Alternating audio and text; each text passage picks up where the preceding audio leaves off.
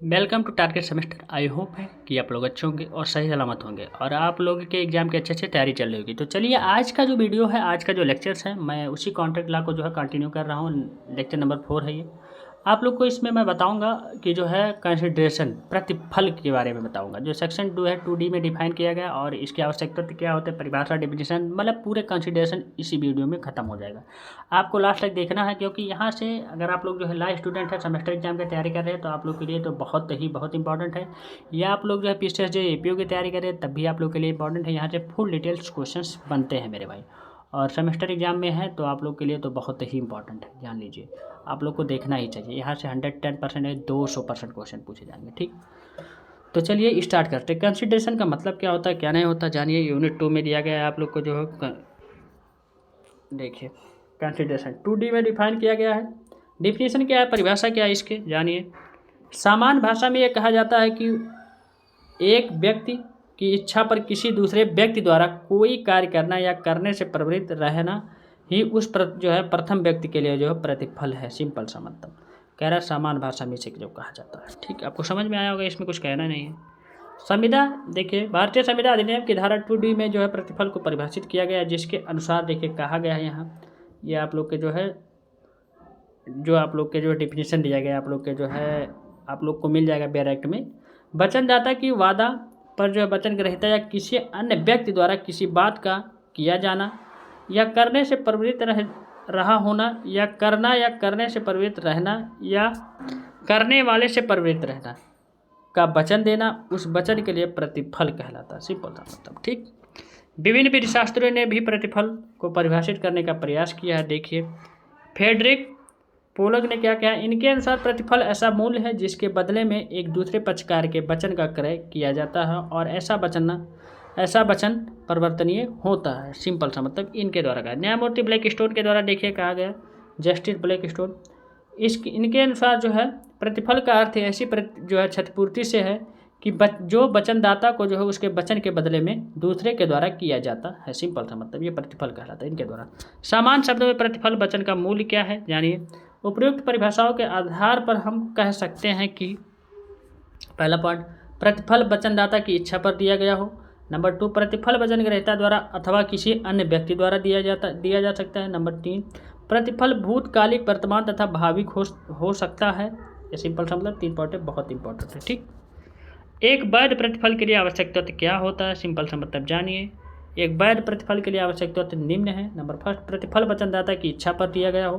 प्रतिफल वचन ग्रहीता द्वारा अथवा किसी अन्य व्यक्ति द्वारा दिया जा सकता है। प्रतिफल भूतकालिक और वर्तमान या भावी हो सकता है। ये सिंपल सा मतलब ये इसकी आवश्यकता है। प्रतिफल वचनदाता द्वारा जाए इसकी इच्छा द्वारा क्या होता है, देखिए पहला पॉइंट है, प्रतिफल वचनदाता की इच्छा पर दिया गया होना चाहिए। यदि प्रतिफल स्वेच्छापूर्वक या वचनदाता से भिन्न किसी अन्य की इच्छा पर दिया गया हो तो वह विधिक प्रतिफल नहीं होगा। सिंपल सा मतलब। ठीक, अगर विधिक प्रतिफल होना चाहिए तो वचनदाता की इच्छा जरूरी होना। वचनदाता, प्रतिफल वचनदाता की इच्छा पर दिया गया हो।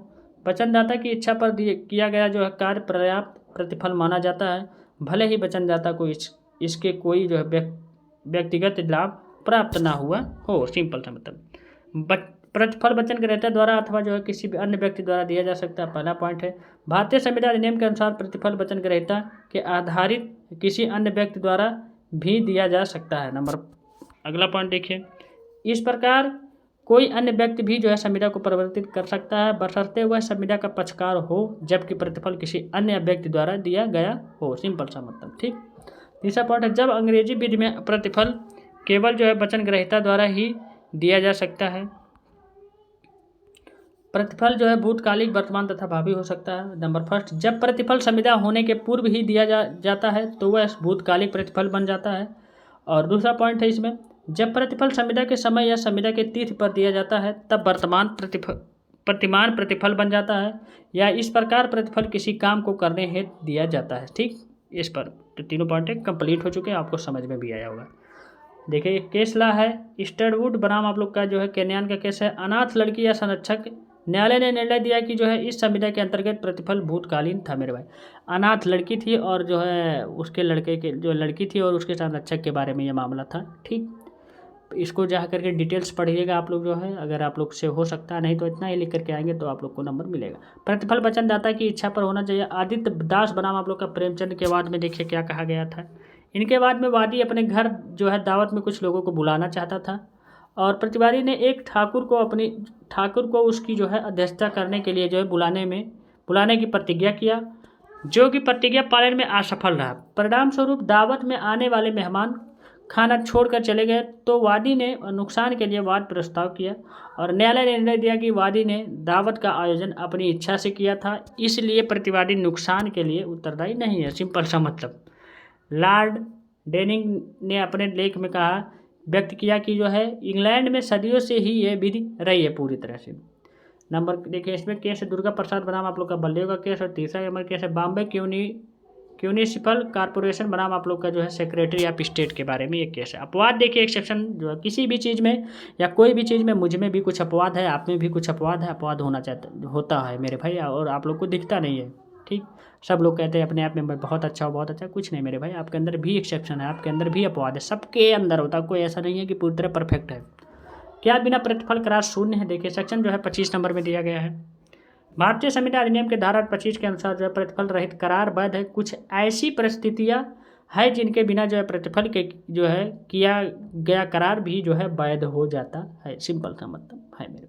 धारा 25 के अनुसार प्रतिफल के बिना करार शून्य है, सिवाय वह लिखित तथा रजिस्ट्रीकृत हो या की गई किसी बात के लिए जो प्रतिकर देने का या वचन हो या परिसीमा विधि द्वारा निवारित किया या किसी ऋण के जो है संदाय का वचन हो। प्रतिफल के बिना करार शून्य है, सिवाय जबकि वह है। पूरी तरह देखिए कौन कौन से पॉइंट हैं। नैसर्गिक जो है प्रेम और जो स्नेह के कार्य किए गए करार। नंबर 2 है स्वेच्छा से पूर्व में किए गए किसी कार्य के लिए प्रतिफल देने का वचन। तीसरा नंबर है आप लोग का परसीमा अवधि से बाधित ऋण का भुगतान। ये 3 पॉइंट है मेरे भाई। नैसर्गिक प्रेम और स्नेह के कार्य किए गए देखिए करार क्या है, सेक्शन जो है 25 के जो है फर्स्ट में दिया गया है। ऐसा करार जो नैसर्गिक प्रेम और स्नेह से प्रेरित होकर ऐसे पक्षकारों के बीच किया गया हो जो एक दूसरे के निकट संबंधी हैं, तो वह करार बिना प्रतिफल के बिना वैध संविदा है। सिंपल सा मतलब इसमें कह रहा है, परंतु शर्त है कि ऐसे करार लिखित में होना चाहिए और रजिस्टर होना ही चाहिए, ये जरूरी है। स्वेच्छा से पूर्व में किए गए जो है किसी कार्य के लिए जो प्रतिफल देने का वचन धारा 25 के जो है क्लॉज नंबर 2 में बताया गया। यदि किसी जो है व्यक्ति ने कोई कार्य वचनदाता के लिए जो है स्वेच्छा से पूर्व में किया है जिसको जो है करने के लिए जो है स्वयं वचनदाता विधिक रूप से बाध्य था, तो ऐसे कार्य हेतु क्षतिपूर्ति या प्रतिफल करने का करार बिना प्रतिफल वैध है। सिंपल सा ये मतलब है।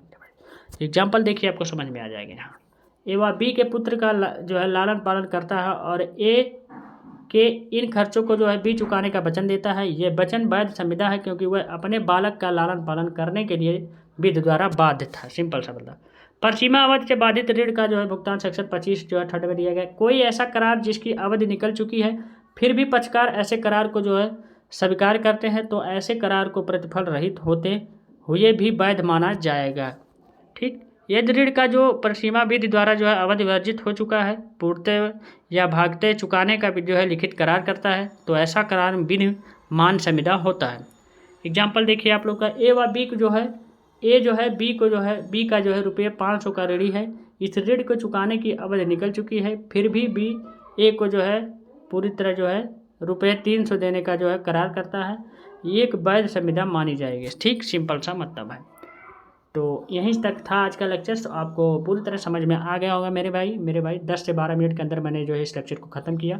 और आप लोगों इस वीडियो को अधिक से अधिक शेयर करिएगा, और आप लोग को जानकारी मिली हो तो लाइक करके जाइए, कमेंट बॉक्स में कमेंट करके जाइए। और आप लोग मेरे साथ जुड़े हैं तो आप लोग को बहुत कुछ बेनिफिट होगा। ठीक, लॉ से रिलेटेड पूरे कोई भी हो, चाहे 5th ईयर के हो, चाहे किसी भी सेमेस्टर के हो, चाहे 3rd ईयर के हो, किसी भी सेमेस्टर के, चाहे आप लोग एडवोकेसी में, चाहे आप लोग जो है आगे चल करके मैं ज़िंदगी भर आपके काम आऊँगा मेरे भाई। तो थैंक यू। ऐसे ही आप लोग की मदद करता रहूँगा और आप लोग मेरे साथ अच्छे जुड़ते रहिए। Thank you.